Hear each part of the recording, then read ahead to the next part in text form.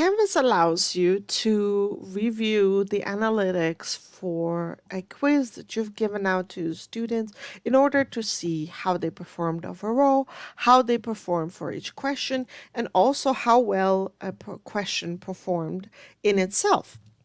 So how do we access this valuable information? From our course, we can go to quizzes section.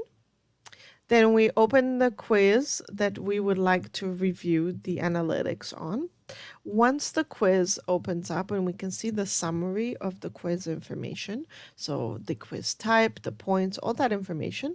On the right-hand side, we see 3 links, the first of which is quiz and statistics.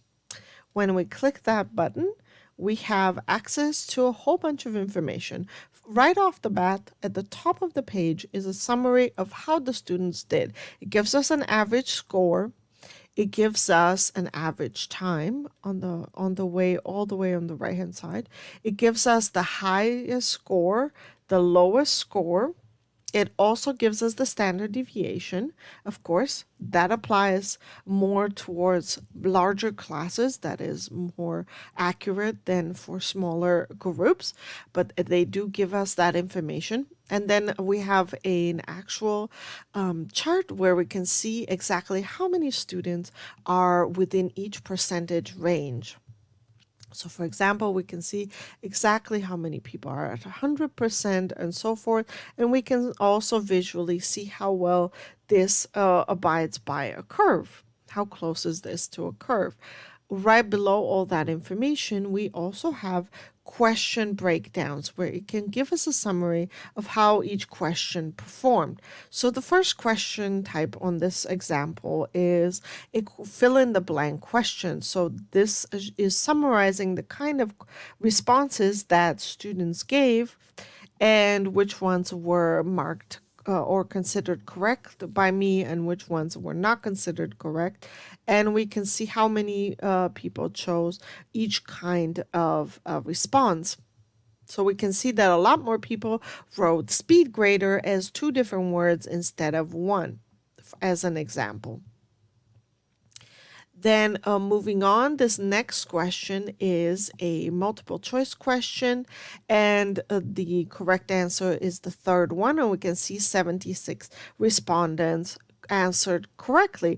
But what we also can see is exactly the percentage of students that chose the other options in this multiple choice question. So we can see at a glance, for example, if one of the options is never chosen by the students, which means that it's not a very effective detractor because it's not actually tempting the students. It's a clear, that's definitely not it kind of choice.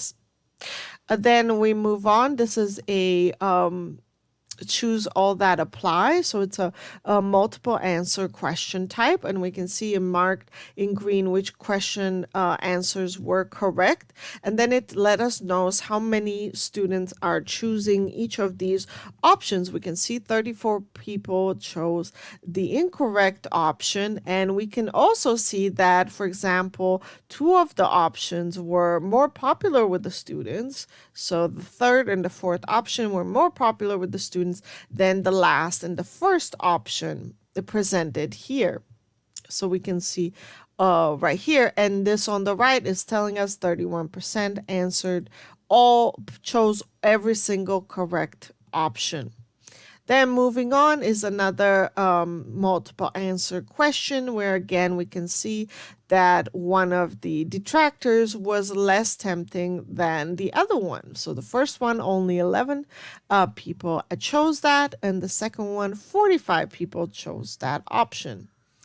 And then the last one is a true or false question type, and we can see again that everyone got this one correct. And we can see that perhaps this is not a very difficult question for the students as they all got this question correct. So we can see information about every single question as well as information about how the students did overall.